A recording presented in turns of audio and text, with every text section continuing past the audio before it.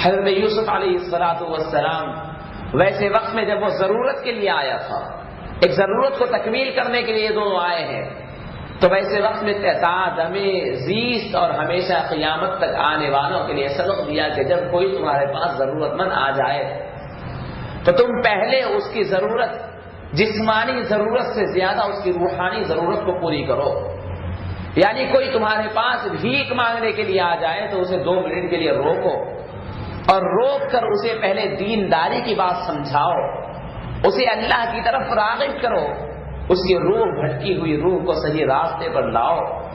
اس کے بعد اس کی جسمانی بھوک کو دور کرو۔ اس لیے کہ جب کوئی اس کو ضرورت نہ ہوگی تو تم پکڑ کر بولنا بھی چاہو گے تو وہ رکے گا نہیں، لیکن اب وہ خود تمہارے پاس آیا ہے تو اس کی صرف ظاہری مدد نہ کرو بلکہ باطنی مدد بھی کرو۔ جب کوئی پریشان حال آپ کے پاس آئے تو پہلے اس کے نمازوں کا جائزہ لے لو،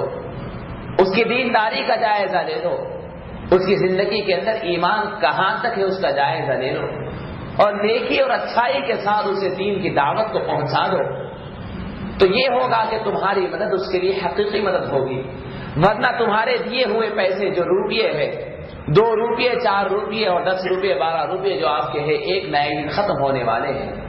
لیکن وہ دولت جو آپ اگر اس کے دل کے اندر بٹھا دے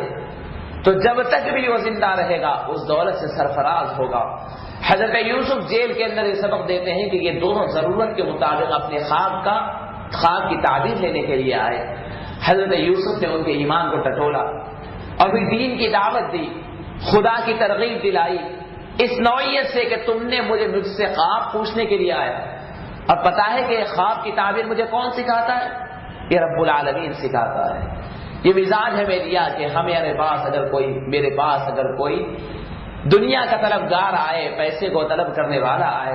تو میں اسے اظہار کر دوں کہ تمہیں پتا ہے کہ میرے پاس یہ دولت کس نے دی ہے،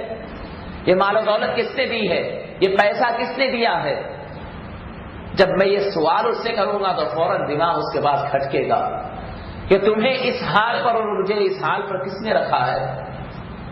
اور ایسے وقت میں اس کو ذرا جھجوڑ کر خدا کی طرف متوجہ کر دوں، خدا سے اس کی لو کو لگا دوں، رب العالمین سے رب العالمین کے بھٹکے ہوئے بندے کو ملا دوں، تو یہ میرا بہت عظیم کردار ہوگا اور میرے مرنے کے بعد بھی مجھے ایک عظیم ثواب کا باعث ہوگا۔ تو فرمایا کہ رب العالمین کے بارے میں ٹٹورا ان دونوں کو اور بتلایا کہ یہ میرے پاس جو خواب بتانے کی تعبیر ہے نا، یہ کوئی ذاتی نہیں ہے، یہ میری اپنی محنت نہیں ہے، یہ رب العالمین کا دیا ہوا عطیہ ہے۔ ایسے استعمال کرو اپنی طاقتوں کو، اپنی صلاحیتوں کو، اپنے پاورز کو، اپنے مقام کو، اپنے پوزیشن کو۔ انسان کو اللہ نے دنیا کے اندر پوزیشن دیے ہیں، انسان کو اللہ نے دنیا کے اندر مقام دیا ہے، قوت دیا ہے، صلاحیت دیا ہے، طاقت دیا ہے، پیسے کی طاقت بھی دیا ہے، جسمانی طاقت بھی دیا ہے، صلاحیت دیا ہے، مختلف انداز کی صلاحیت دیا ہے،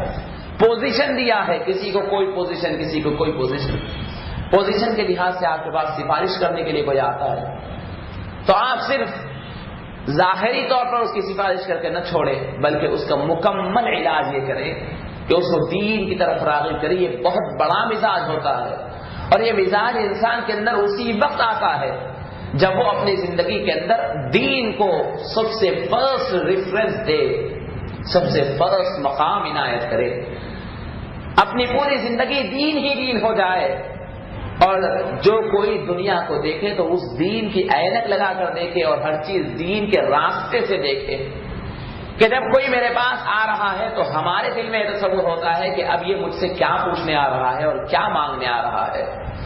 دنیا مانگنے آ رہا ہوگا تو مجھے کیسے اس کو ڈیل کرنا ہے۔ اس کے بجائے اگر دینداری ہماری طبیعت میں اگر پہلے مقام پر ہوتی تو کوئی آ رہا ہو تو ہمارا دل وجد میں مسرور ہوتا، اور ہم یہ خیال کرتے کہ اب یہ میرے پاس آ رہا ہے، میں اس کے دل کے اندر کچھ دین کی باتوں کو بٹھا ڈالوں، یا نہیں تو کچھ اس سے دین سیکھ لوں۔ 2 قسم کے لوگ آتے ہیں، 2 قسم کے لوگ آتے ہیں، ایک تو مانگنے والا معاشی اعتبار سے کمزور ہوتا ہے لیکن دین کے اعتبار سے بلند ہوتا ہے۔ اگر وہ آپ کے قریب آ رہا ہے تو پہلے دیکھیں کہ موقع کو غنیمت جان لے، اس سے کچھ دین کو سیکھ لے یا دین کو سکھا دے۔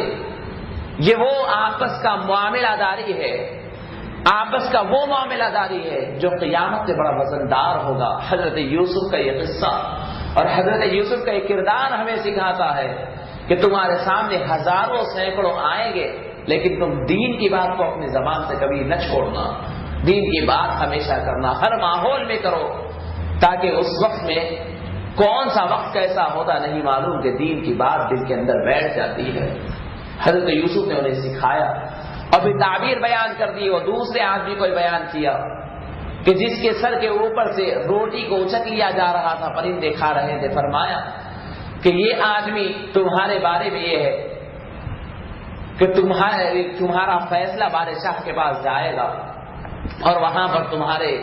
موت کا فیصلہ ہوگا، تمہیں سولی دے دی جائے گی اور تمہارا لاشا ایسے ہی لٹک رہا ہوگا، پرندے تمہارے سر کو اچک اچک کر کھا رہے ہوں گے۔ فوراً وہ بیان کرتا ہے کہ میں تو ایسا کوئی خواب میں تو دیکھا نہیں ہوں، لیکن حضرت یوسف فرماتے ہیں کہ نہیں، اللہ والوں سے نکلی ہوئی بات رب العالمین قلم بند فرما لیتے ہیں، قضاء و قدر کے فرشتے اسے لکھ لیتے ہیں کہ جو کچھ اللہ والے کہہ دیتے ہیں فرشتے اسے لکھ لیتے ہیں۔ قضی الامر الذی فیہ تستفتیان، تم نے جو کچھ پوچھا تھا، چاہے حقیقت تھی کہ فسانہ تھا، صحیح تھا کہ جھوٹ تھا، تم نے پوچھا تو جھوٹ تھا ہوگا، لیکن اللہ والے نے جو اپنے زبان سے کہا وہ بات تو حق تھی اور سچ تھی، اب لہذا اللہ رب العزت تمہارے اسی بارے میں تمہارے فیصلے کر دیے۔ تو یہاں پر خواب کا ذکر بھی میں نے کیا تھا، خواب کی حقیقت کیا ہوتی ہے اور خواب کس کے سامنے ذکر کیا جائے اور کس کے سامنے نہیں، اور خواب کتنے قسم کا ہوتا ہے، یہ تمام چیزوں کو ملحوظ رکھے حضرت یوسف کا واقعہ۔ اسی لیے ابتدا میں اللہ رب العزت نے فرمایا کہ اس واقعے کے اندر عقل والوں کے لیے بے پناہ مصلحتیں بھی ہیں، بے پناہ نمائندگیاں بھی ہیں۔ اب یہاں پر حضرت یوسف کو جب یہ ذکر کرنے کے بعد حضرت یوسف فرماتے ہیں کہ جب تم بادشاہ کے پاس جاؤ تو وہاں میرا ذکر کرنا کہ ایک بے گناہ جیل کے اندر ہے۔ تو اللہ رب العزت نے یہاں سب سے آخری آزمائش حضرت یوسف کے لی، جب حضرت یوسف نے اپنے کام کے لیے ایک آدمی کو خدا اور بندے کے درمیان ایک آدمی کو ذمہ دار ٹھہرایا، ایک آدمی کو ذریعہ بنایا، رب العالمین فرماتے ہیں کہ یہ کام کوئی غیر کرتا تو یہ میرے لیے قابل قبول تھا، میں نظر انداز کرتا، لیکن اللہ والا، اللہ کا مقرب اور نبی اگر یہ کام کرتا ہے تو رب العالمین اس کی گرفت فرماتے ہیں، گرفت فرماتے ہیں رب العالمین۔ جب انہوں نے کہا کہ جاؤ، جب تم وہاں جاتے ہیں، وقال للذی ظن انہ ناج منہما اذکرنی عند ربک، اتنا جملہ فرمایا حضرت یوسف نے، اذکرنی عند ربک، جب تم آزاد ہوگے بادشاہ کو اپنا شراب پلانے لگو گے تو بادشاہ کے پاس اذکرنی، بادشاہ کے پاس عند ربک میرا ذکر کرنا، بادشاہ کے دربار میں میرا ذکر کر دینا، یعنی ایک بے گناہ جیل کے اندر ہے، ذرا میرے بارے میں ذکر کر دینا۔ رب العالمین کو یہ ادا حضرت یوسف کی پسند نہیں آئی۔ حضرت عبداللہ شاہ صاحب قبلہ رحمہ اللہ اپنی کتاب تفسیر یوسفی میں، یوسف نامے میں لکھتے ہیں کہ بزرگوں کی جو چھوٹی تھی، یعنی عام آدمی کا کبیرہ گناہ بھی اتنا تکلیف دہ اللہ کو نہیں ہوتا جتنا عام آدمی یا جتنا اللہ والے کی چھوٹی سی لغزش بھی، یعنی وہ چھوٹی سی لغزش دوسروں کے مقابلے دوسروں کے لیے کوئی معنی نہیں رکھتی، دوسرے اگر کوئی ہے تو ان کے لیے کوئی معنی نہیں رکھتی، وہ ایسے تو کئی کام کرتے ہیں، لیکن اللہ کا جب قریب ہو جاتا ہے تو اس کے ایک ایک چیز کے اوپر نظر رکھی جاتی ہے، ایک ایک حرکت پہ نظر رکھی جاتی ہے، اسے ایک جملے پہ نظر رکھی جاتی ہے، اس لیے رکھی جاتی ہے کہ وہ ایک دنیا میں اللہ کا نمائندہ ہوتا ہے، وہ اللہ رب العزت کا ایک نمائندہ ہوتا ہے، اللہ کا خلیفہ اور جانشین ہوتا ہے۔ جب جو کچھ وہ کرتا ہے کائنات اسے آئیڈیل کے طور پر قبول کرتی ہے، اسے ایک نمونے کے طور پر قبول کرتی ہے۔ تو فرمایا کہ اذکرنی عند ربک، فرمایا کہ جاؤ اور جا کر اپنے رب کے پاس یعنی اپنے بادشاہ کے پاس میرا ذکر کر دینا۔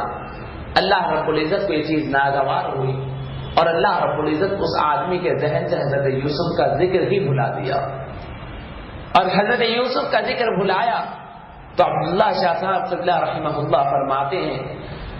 کہ جتنے حروف اذکرنی عند ربک میں ہے جتنے حروف ہے اللہ رب العزت